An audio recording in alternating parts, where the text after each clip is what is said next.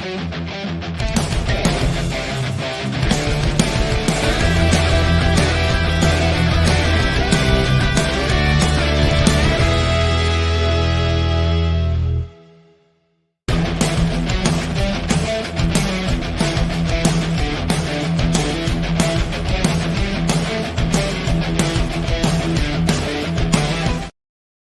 there, this is Datila, and welcome to the Wrestling Time Pro Show. It is Monday, August 7, 2023, and tonight I will be reviewing Monday Night Raw. Tonight's Raw was a fallout from SummerSlam, and let me talk to you.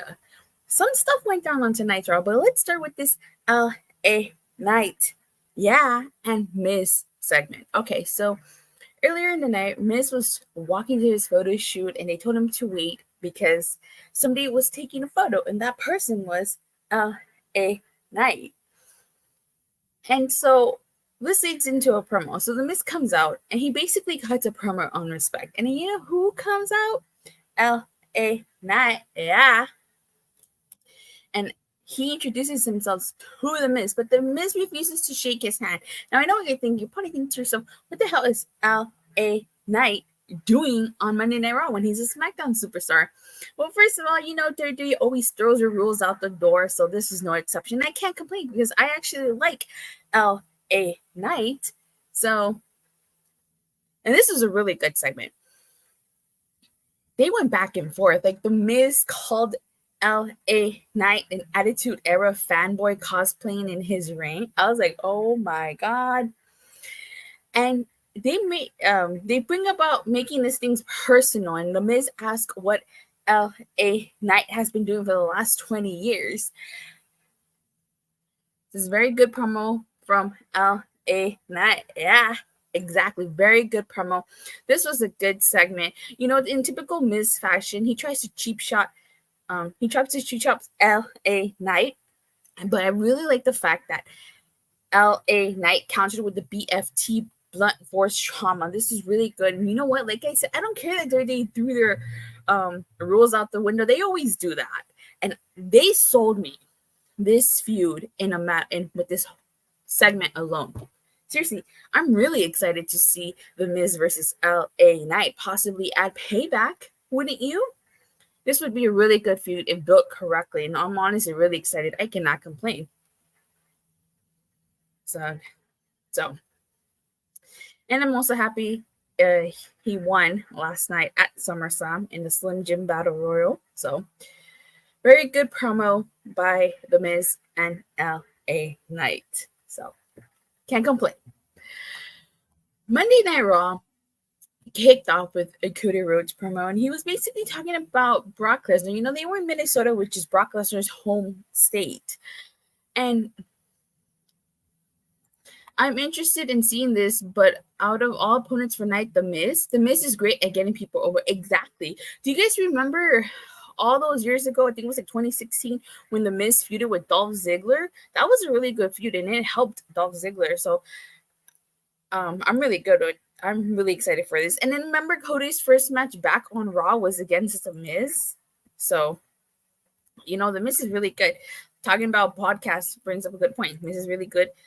If they're putting LA Knight with Miz, I think they have good plans for him. I sure hope so. I really do. I really hope this is the start of a push for him. So Cody Rhodes is talking about Brock Lesnar. And he said that his mom told him that Brock Lesnar acknowledged him at the end of their match. Because remember, at SummerSlam, Brock Lesnar hugged Cody Rhodes. He lifted his hand. That was an unscripted moment, according to Triple H at the press conference. And you know who interrupts Cody Rhodes? Seth frickin' Rollins. And he says that Cody Rhodes should put his feelings to the test.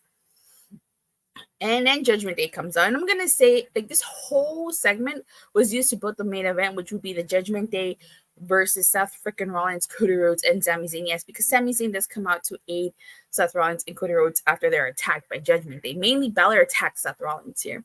And I have to say, like, I don't mind Judgment Day main eventing. I really don't. My issue is that they've been giving us the same main event. Like, I checked my notes since like July 3rd.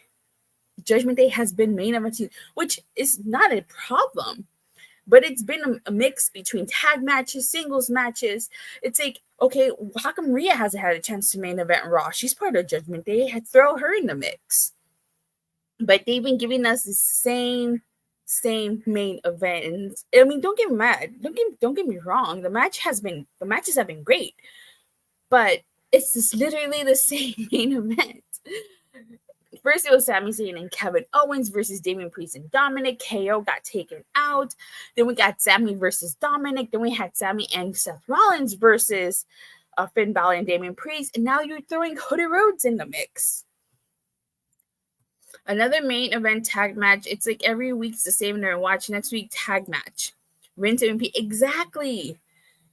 You know, if Judgment Day is getting a main event, give them at least different opponents. Hell, like I said, throw Rhea into the mix. You know, like include her in the match or have her main event. But it's just the same main event every single time. So we right off the bat after this, we get the Intercontinental Contender match. It's a 4-way. It's Matt Riddle versus Ricochet versus Chad Gable versus Tommaso Ciampa. This was a really great match, and I'm really happy each guy got a chance to shine, and that Chad Gable looked great in his hometown. Usually WWE has wrestlers lose in their home state or hometown, but Chad Gable shined. One of my favorite spots in this match was that triple German suplex that Chad Gable did to everybody, and that awesome sequence he had with Matt Riddle. Those two spots stick out in my mind. Oh, let's not forget the double ankle lock. Riddle did it to Ciampa, and Chad Gable did it to Ricochet. Incredible. Chad Gable is victorious after he hits the Chaos Series to Tommaso Ciampa, and like Chad Gable celebrated with his son. You know, his family was there. He put his son on his shoulders, and he was just, you know, going like this, which I thought was a really, you know, special moment for him. I'm actually really excited to see Gunther versus Chad Gable possibly at Payback. Gable will be the one to take the IC title from Gunther. Yeah, probably, but if this match happens at Payback, Gunther is not losing anytime soon until he beats the record. And I think he beats the record, what is it, September 7th? So he's definitely not losing that Payback. Gable's is really dang good. Yes, you know, one of my dream matches with Chad Gable, this might not happen, but I would definitely love to see a match between Chad Gable and Josh Alexander. I think that would be a really great match. And this little segment with Chad Gable and his son kind of reminded me of Josh Alexander and his son, Jet. So if you guys watch Impact Wrestling, you know what I'm talking about. But this was a really great match. This was probably my favorite match of the night.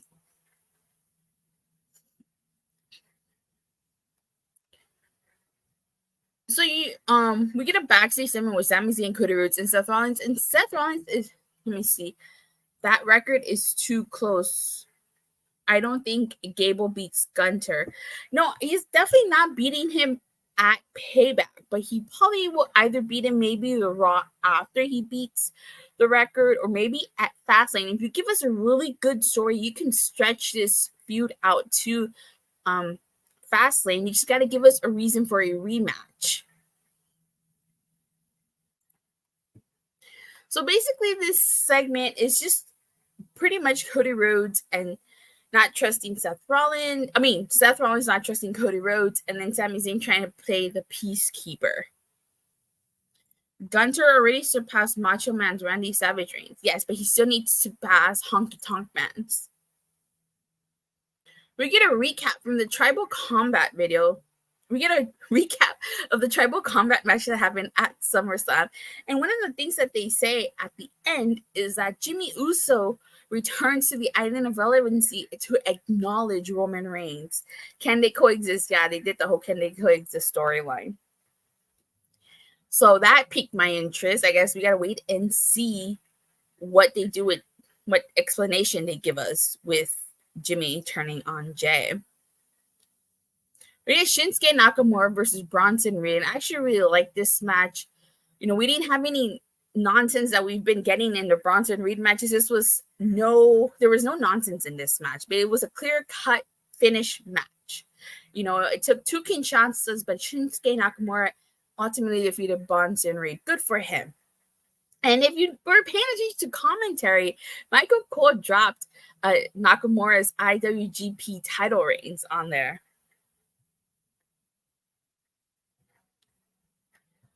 So backstage, let me see. It's just a man match to me. I can understand that, but I do appreciate the fact that Tommaso Ciampa did not get involved in this. There was no funny business going on in this match. It was just a clear-cut match. You go backstage and you get Ludwig Kaiser. It seemed like he was hitting on Maxine, and she slaps him, and this leads into a match: Otis versus Ludwig Kaiser. Now we get a Becky Lynch promo. She takes a shot at Triple H. She drinks some lemonade and then spits it out like Triple H. Michael Cole sounded better than Ken Patrick on commentary. I do agree. Michael Cole certainly killed it on commentary, but it's to expect. He's been around, 25 years? And yeah, much better commentary than Kevin Patrick. So this whole Becky Lynch promo, ends up leading to Shayna Baszler versus Zoey Starks. And Zoey Starks and Shayna Baszler, they get 10 minutes. It's a decent match. It's an okay match, I should say. Shayna Baszler is victorious, which is the right call, if you ask me, because, she beat Ronda Rousey at SummerSlam. She needed to go over here. So hopefully we get the return of the Queen of Spades. I know later on in the night she does you tell Becky Lynch that she's on her list. So I honestly would like for them to revisit that feud. I still think Shayna Baszler should have defeated Becky Lynch during their original feud, but hopefully this feud would be a lot better. We had a Judgment Day segment, and Damian Priest wanted to talk to Finn Balor, and Finn Balor's talking to JD Madonna. How do you say his last name? JD. I can't say his last name. And Finn Balor says that maybe he lost at SummerSlam because of Damian Priest, and anything Damian Priest has to say, he can say in front of JD. Rhea basically interjects and says they need to get on the same page. And JD suggests that the briefcase gets in the way, and he tells Damian Priest that maybe he should get rid of it. Ooh, interesting. But how would Damian Priest get rid of that briefcase? I did bring up, it kind of actually did occur to me until yesterday. What if Finn Balor makes Damian Priest give him that briefcase? It's the only way he could make up for costing Finn Balor his match, right? And then while Shinsuke Nakamura is getting interviewed, JD attacks Sami Zayn and basically takes him out of the match.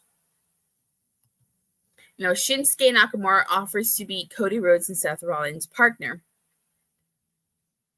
We get Otis versus Ludwig Kaiser, which Ludwig Kaiser wins after. Let me see. I really do hope they go with what I suggested Saturday in the SummerSlam review. Oh, yeah, that would be great. Gunter attacks Otis while the ref is distracted. And then Kaiser and Vinci attack Otis. And, of course, Chad Gable comes down to aid him, but, Imperium flees. So I would definitely, and like I said, if built correctly, the feud between Gable and Gunter is going to be amazing. We get the return of the New Day, and they take on Viking Raiders.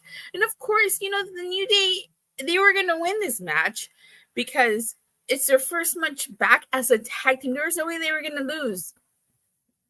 I thought it was a good match, but again, the poor Viking Raiders keep getting sacrificed at the expense for other teams. New Day rocks. Yeah, I really hope we get to see the return of their Power Ranger outfits, especially since we are in Power Month. It would be really cool if Kofi Kingston and Xavier Woods rock the green and white Ranger outfits like they've done in the past. He'll make Damian Priest put the briefcase on the line in a match, probably. Oh, okay. I could see that happening.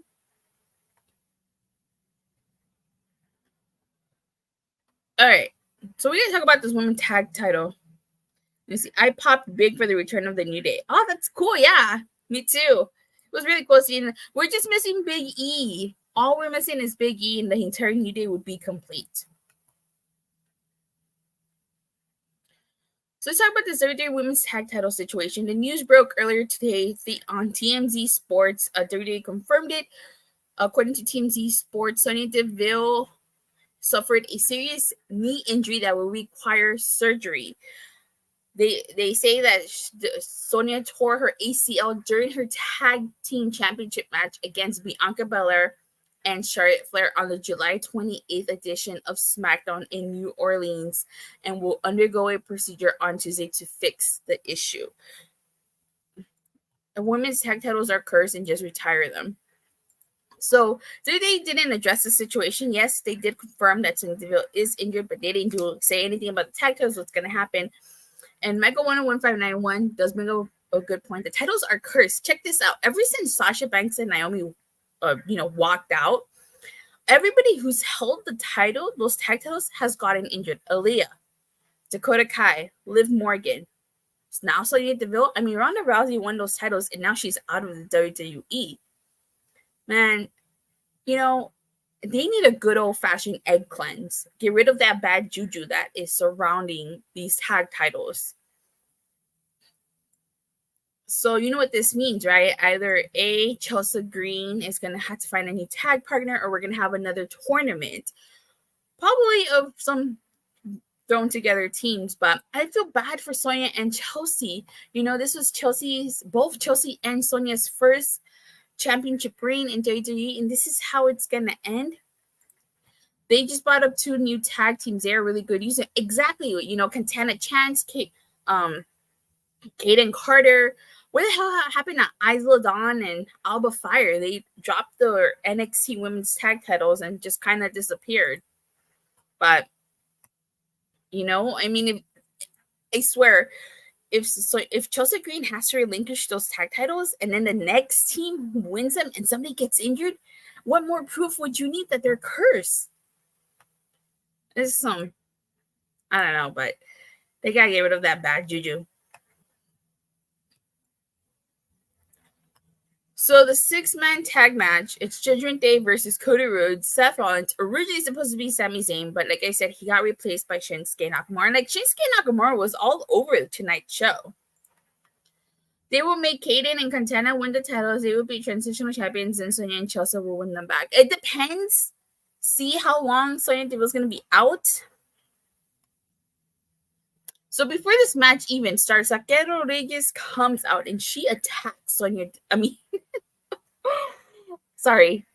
Raquel Rodriguez comes out and attacks Rhea Ripley. And, a whole brawl breaks out. Security's trying to pull them apart. Indy Hartwell, who we haven't seen in a while, and Candice LeRae also come out. They get, Candice attacks Rhea.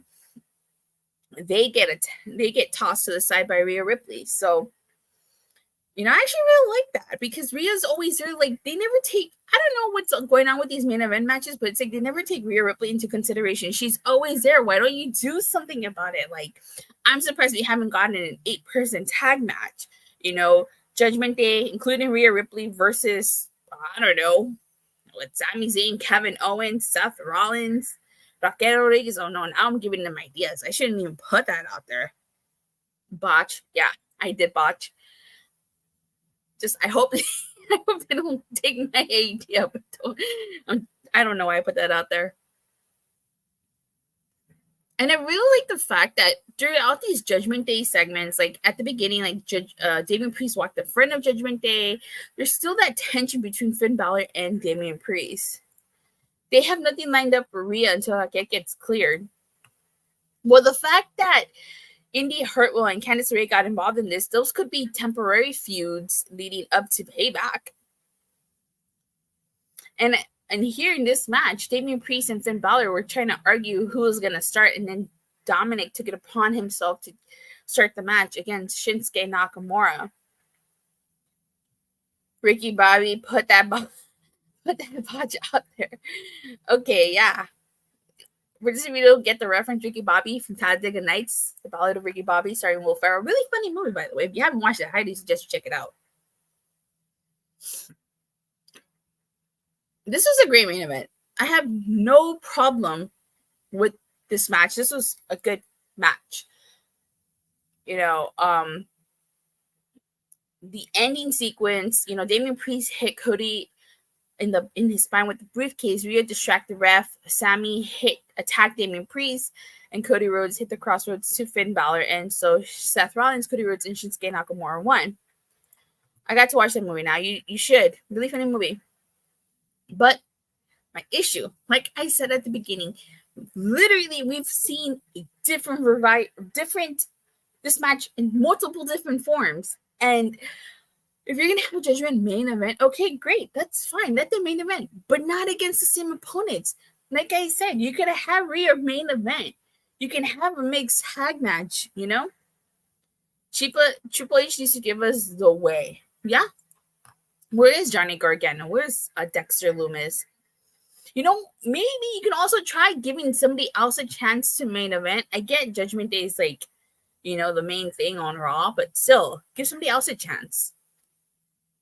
So at the end, Seth Rollins shakes Cody Rhodes' hands, and Shinsuke Nakamura attacks Seth Rollins. So it seems like they're going to set up Shinsuke Nakamura versus Seth freaking Rollins. A little side feud here. Where they go with Cody Rhodes, it kind of seemed like they were going to pick up Cody versus Seth Rollins again. But then Damian Priest did hint that Dominic Mysterio is not done with Cody Rhodes. LA Knight needs to main event. I agree. He does need to main event. So it's maybe Cody versus Dominic at Payback. Shinsuke Nakamura versus Seth Rollins. If the feud is done right, would be amazing. And I'm sure that's going to be a good match.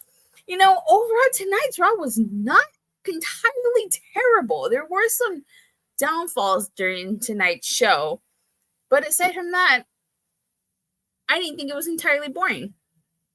There were a few things I liked, a few things I disliked. Now, I can't rank this higher than a 6. 6 out of 10, yeah, me too. Not a bad show.